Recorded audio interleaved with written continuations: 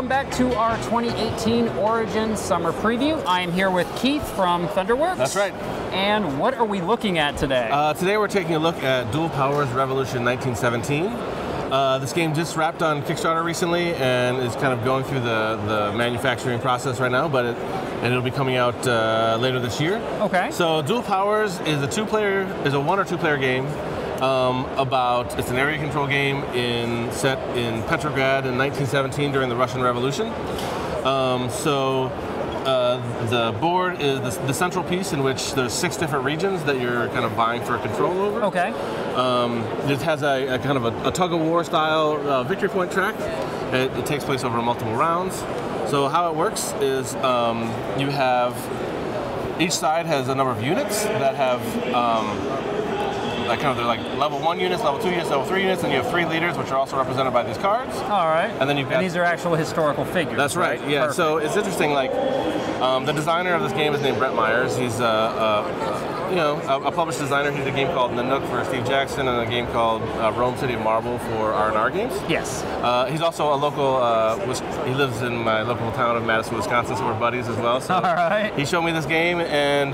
I really liked it. I wasn't super knowledgeable about the theme, but what got me, but the mechanics are super solid. And then as I started to play the game more and learn more about it, it became even more interesting to me, right? So, and one of the things this game does that I love in games is multiple-use cards, dual-use cards. And right? as everyone who watched me knows, that's one of my favorite things in games. I mean, honestly, I love that. Yeah, like Glory to Rome is one of my favorite games of all time. I'm with you. That's that. But anyway, on these are called command cards that everybody has a hand of in addition to their leaders, and they have multiple uses, and then they do a handful of things. One, you're going to play them, and they advance the calendar. So on the board, you can see this is a calendar that's representative of the period of time.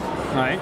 And as you play cards, the days move along, which then advances the months. And then by the time we get to the end of October, it signifies the additional revolution that happens in October, and that will trigger the end of the game. Okay. Unless you're able to pull the victory point, the support marker, all the way to your side. Gotcha. Right? So there's different ways to win. Multiple kind of ways to win the game.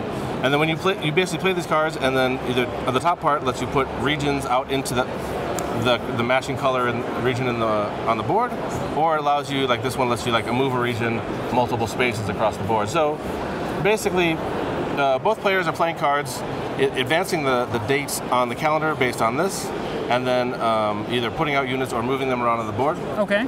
So there's always one known region that's going to score at the end of each round, and that is indicated by this area. So in this example, you always flip the top one here and that one here. So this says... So that means this one here? This is going to score at the end of the round, and then this one indicates that the blockade token is going to go on the matching arrow. So that means you can't move in between those regions. And then you also know that this is going to score in the following round, so you can prepare for that a little bit. Interesting. So it's blockaded during this round, but next round you're going to want to try to... Right. You might want to try to get guys in there so that if you're losing stuff this round, you can kind of reinforce for the next round and try to make a comeback. And on a player's turn, they're just playing one card? Right, so... And it's back and forth? One of the big pieces is that you get a hand of cards, and then you get to the bottom part of the card, which is used to... they have point values, and they're in different colors, which are signify the different regions. And at the beginning of the game, you decide to secretly choose one. So at the end of each round, the known scoring region is there, and then each player has chosen another region that's going to score, and then how many points it's going to be. So part of the game is trying to figure out where your opponent is trying to score, because if you get the majority in that region, then you're going to get those points. Gotcha. So there's a bit of deduction of what the other player is trying to do, but you're also doing area control and keeping an eye on where we're going to be scoring. So anyway, you pick this, and then you go back and forth playing 4 cards each, putting guys out, and then or moving guys around, or you can potentially flip units over. And then once that's done, then we score the green region, and you can either get points based on where the calendar is at. So the further into the year you are, the more points that region is worth. Okay. And then there's also a bonus action that you can choose to do instead, which allows you to put out additional units or move them around.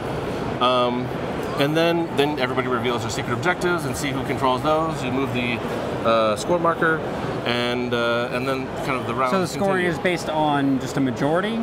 Right. So you're looking at the big number, which is the one that's on the front of the tile. Right. so you're counting up the total there and to see who has the most. And if it's tied, then it's the number of units. And then if it's tied, the person who has the will of the people, which is the screen marker that's the end. So whoever has the will of the people has control of all the green units.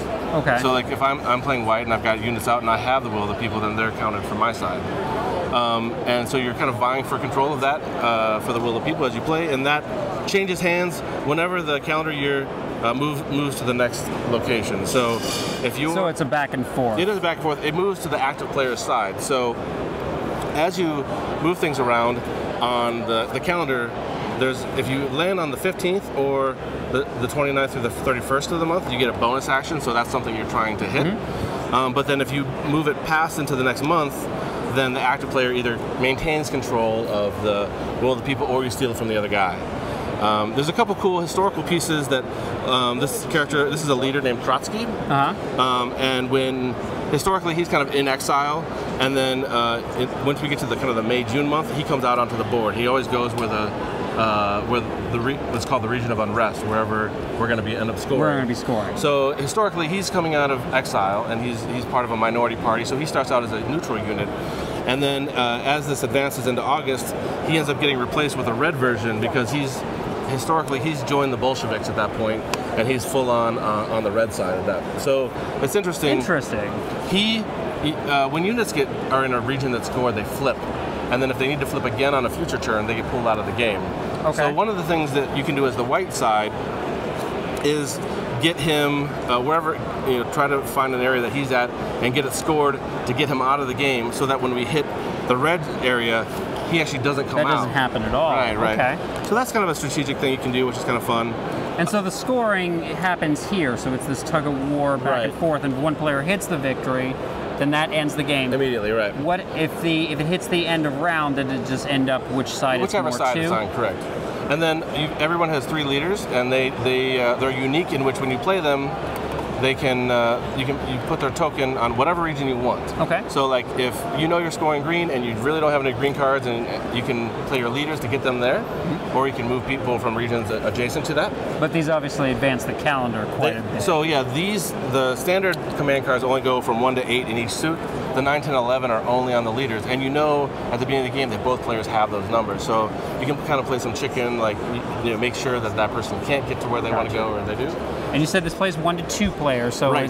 How much different is it for the 1 player? So the 1 player is interesting. So basically how the 1 player works is you've got these, there's a variable difficulty level, so you choose it before you play, and then the opponent, the AI character, they put out these special tokens, and then when they flip to the opposite side, instead of having a predetermined value, it has a variable value which is based on your difficulty. So if you're playing difficulty 3, then all these on the opposite side count for 3. Gotcha. So as you get good at playing the game, and you kind of feel like you've mastered level 1, level 2, then you can just amp it up to level 3.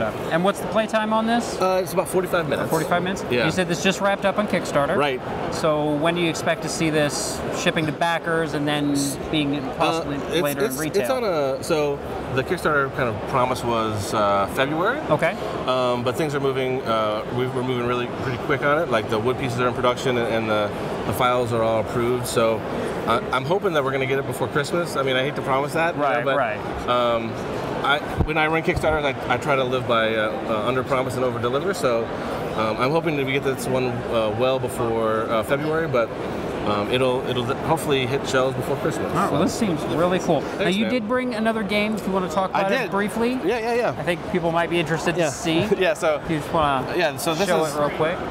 This is the cover for a new game coming from Thunderworks Games called Lockup, a role-player tale. It's a worker placement game in the world of role-player. It takes place in like a fantasy prison, like a dungeon. So you're playing as a crew of minions from role player. Okay. So you're the kobolds or the gnolls or or the insectoids or whatever. They're the bad guys. Yeah. And so this is designed by Stan Kordowski, who did Dice Hospital, and he's got a handful of other things. And it's got this great isometric looking kind of old school D&D board, and your crew members all have different values, and you're placing them in different areas of the board, just like any good worker placement. It's kind of, it's a little bit on the lighter side, and so it has some similarities to Stone Age or something like that. Okay. With a much different theme, obviously. Yeah, obviously. So you're putting your workers in the exercise yard or the chow hall or the cell block, and they are building contraband things, or they're recruiting followers for their crew. And if you're in the exercise yard, then your guys get more powerful because they've been working out. It's a prison game with fantasy creatures. Yeah, exactly. And what's the timeline on this? So this is going to go to Kickstarter in September of this year. Okay. So we're not that far out. Most of the illustration's done, and we're getting ready to get going on the graphic design. So I'm excited about this, and I'm hoping that everybody's going to be into it. Nice. Well, I appreciate you sitting down with us. Happy to be here. This looks pretty exciting, both of them actually. Awesome. And look forward to seeing you folks in the next one.